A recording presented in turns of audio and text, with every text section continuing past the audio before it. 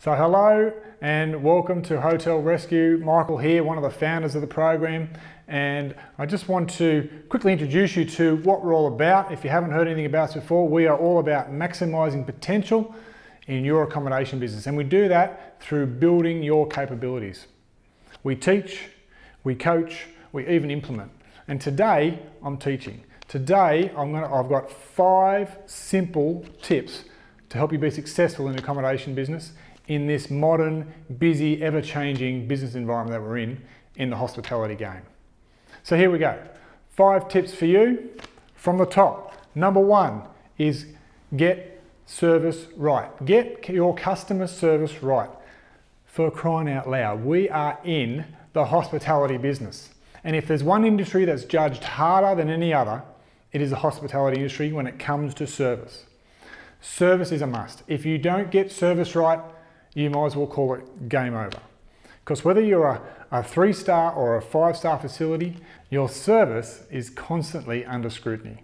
So we have to get customer service right. You know, I reflect back on a survey that I saw once that talked about why people left your business and went to the competition. And one of the highest ranking reasons as to why people left to go to the competition was perceived indifference was the explanation. And well, really, when I look into that, perceived indifference, really, it comes back to service. So we have to get those little things right. We have to look for the opportunities to go over and above. We get the basics right first, go over and above, and just care for your guests. That's the game we're in. You have to get that right. So there you go. Number 1, get customer service right. Number 2, make sure you open your shop front. Now, when I say that, I don't mean in a real sense. I do to a degree, yeah, sure. Like make sure the lawns are mowed and the rooms are clean and the place looks presentable. Your signs are all uniformed and up to date and the place looks great. That's good. But in this modern economy that we're in now, you have to make sure your shop is open online. In a digital sense, make sure your shop is open. And there's a few reasons why this is so important in this day and age.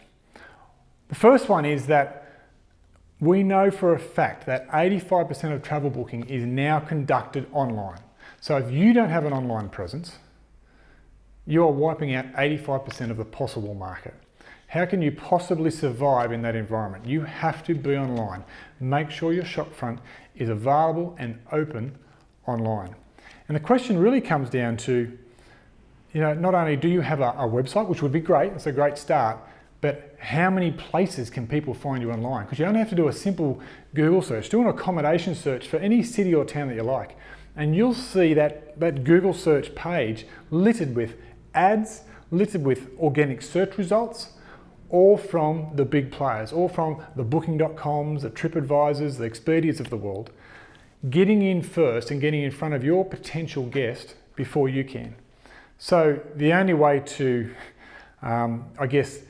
rather than trying to fight against them, if you can't beat them, join them. It's a distribution channel. So if you're struggling for occupancy growth, you've got to open up your distribution channel. So get on more platforms than you currently are on if you're struggling for occupancy. Not to the point that it becomes unmanageable, but you probably want to consider the more channels, the better. Because the fact is that, you know, travel bookers these days actually look at up to 22 different websites before making a booking decision. So they will go onto Booking.com, they'll go onto TripAdvisor, they'll go onto Expedia, they'll probably even go to your website or some other directory before making that final booking decision. So you've got to be there at every opportunity. So multiple platforms in the online space is one strategy that you can adopt to increase your occupancy and your bookings. Another really important factor these days is mobile responsiveness of your online presence, particularly your website. You see, mobile responsiveness is so critical these days because we know that if somebody experiences a poor mobile website, so I'm talking now about people doing accommodation searches on their mobile device or on a tablet. And if the experience isn't good, if they don't have a mobile optimized website, only 23% of people searching via that means will actually push through to make a booking. So again, you're minimizing the conversion rates that you can possibly have by not having a mobile responsive website. Also, having a consistent story and imagery across all the different platforms is highly important. 5% of people remember the facts, but 63% of people remember the story. You have to get a consistent story across, and it has to be on all those platforms. You know, one little tip here is simply have a central repository of all your images. You know, what's that main image that you want people to perceive your hotel by? Get the one image and put the same image on all the platforms that you participate on. Same with your rooms, same with your outside other facilities. Get it consistent. And get the wording and the story consistent as well. So you get this, people get the same experience, and you are increasing your chances of getting your bookings through any one of those channels. And back to your own website, we also think you should have, well, not think you should have, it's very important that the website is just easy to use, and there is a clear call to action. There is an easy way for them to check availability, check your rates, and actually progress through with minimal clicks to making a booking. So at the end of the day, in this space here, open your shop front up. You just need to make sure you've got make sure your shop is open on as many platforms as is manageable for you, and make sure you have a high performing, well thought out website for your own accommodation business.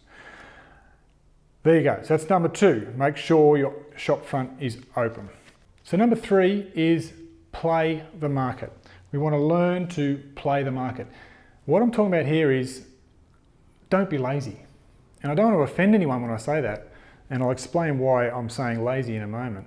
But play the market, because we run, in the hospitality game, we run with a perishable stock item, something that is highly dependent on supply and demand in the marketplace at any one point in time. And this is where so many businesses, we see it all the time, so many businesses leave money on the table and don't maximize the potential that's within their operation. To wind the clock back a little bit, from my days when I used to work with Regus Hotels, this is the game that we played every day. It was serious business, no game.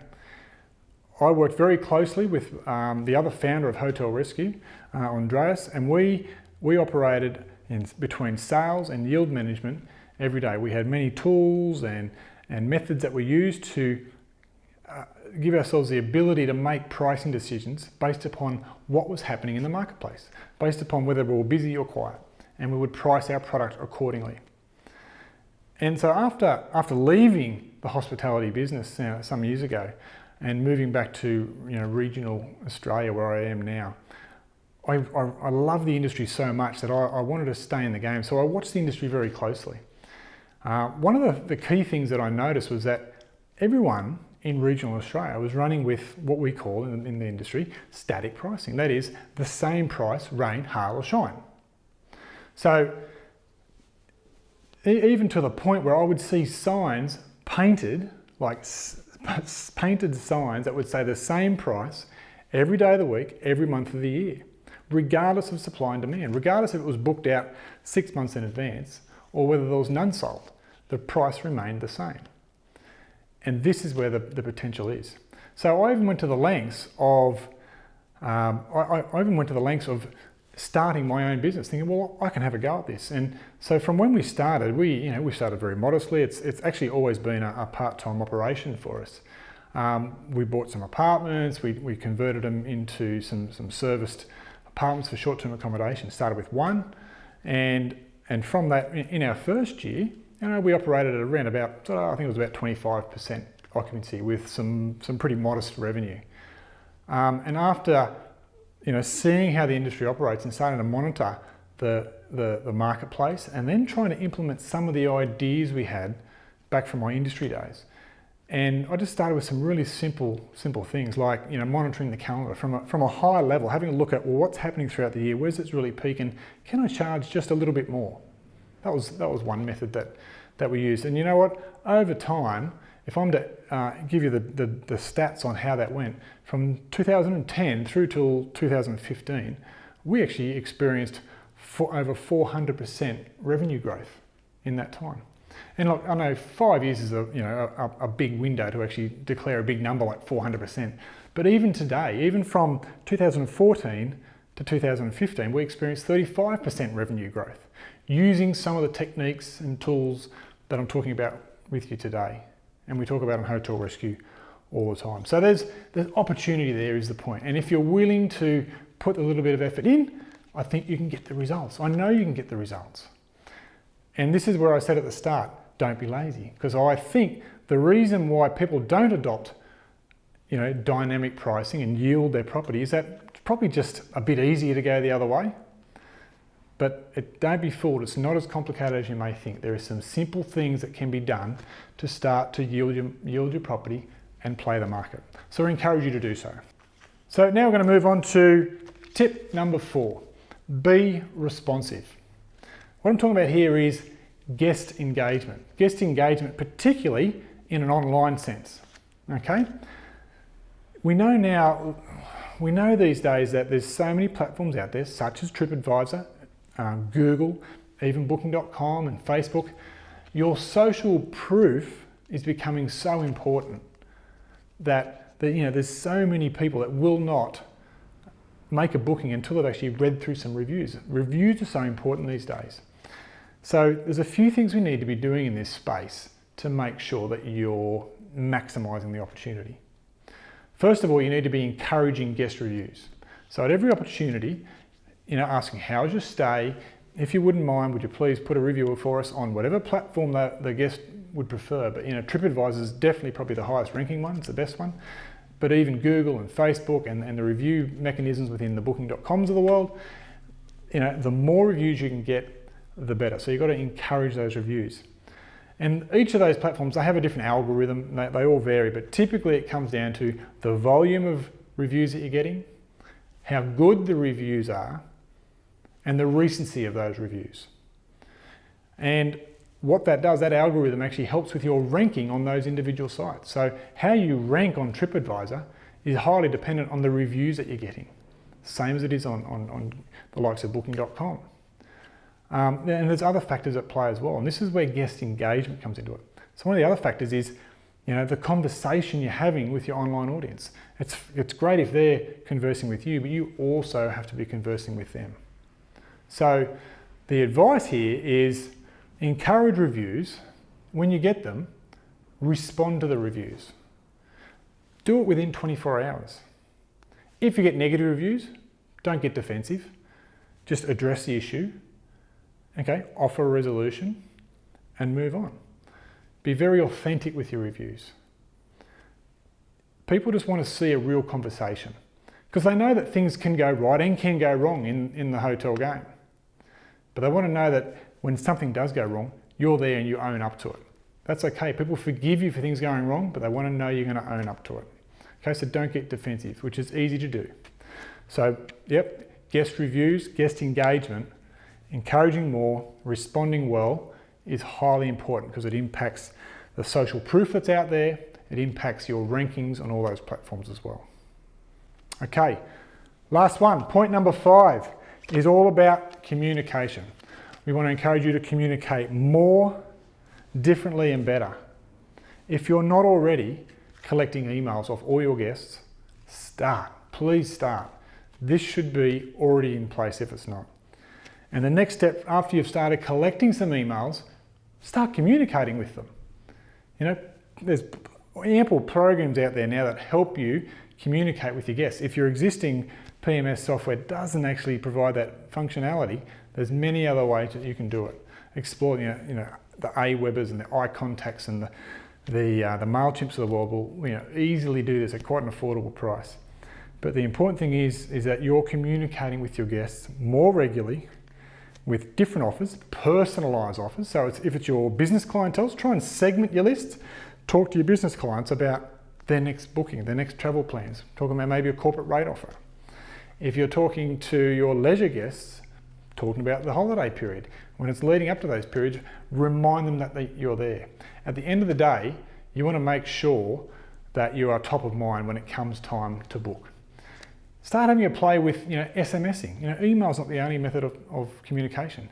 There's plenty of SMS mechanisms out there that you can do to start to get top of mind with your guests when it comes time to make that next booking. Even jump on the phone. What about your regular guests? You know them that well, want a bit of a personal touch, jump on the phone. Hi Frank, I notice you usually stay with us every August. Are you coming again this year? Can I book you in? Because here's one of the key things, when we're stretching back to that dynamic pricing, playing the market, the sooner you can get bookings into your system, the better vision and better clarity you can get around what's happening with your bookings. And it gives you confidence to make pricing decisions. So this communication actually helps to feed into your dynamic pricing strategy. So that's number 5. Communicate more, differently, better. Just make it happen. 5 simple tips to help you grow your accommodation business. Get the service right, open your shop up digitally, play the market, don't be lazy, you know what I mean now. Be responsive, particularly with your online guest reviews. Encourage them and respond. Communicate more, differently, better. Email, phone, SMS. Make sure you're top of mind with your guests. 5 tips to help you grow your accommodation business and maximize its potential. Simple tips, high level, but in a broad sense, I think though you'll get some traction if you just start to make some small changes in those areas. Hopefully that's been of some help to you today. And if you like what you've seen today, there are 2 ways for you to stay in touch and learn more from the Hotel Rescue program. The first one is that I encourage you to subscribe to our blog if you haven't already. There we'll keep you up to date with latest tips, tools and techniques within the hospitality industry. Or if you'd like to dig a little bit deeper into what we do here at Hotel Rescue, get some more thorough training, much like what you've experienced today. I'm here every month delivering this sort of training. And here you can subscribe to our online hotel coach product where every month we'll deliver this sort of content to you to get you ahead in the hospitality industry. We wish you well, we wish you performance, and we wish you profit as you maximize the potential of your business. Good luck.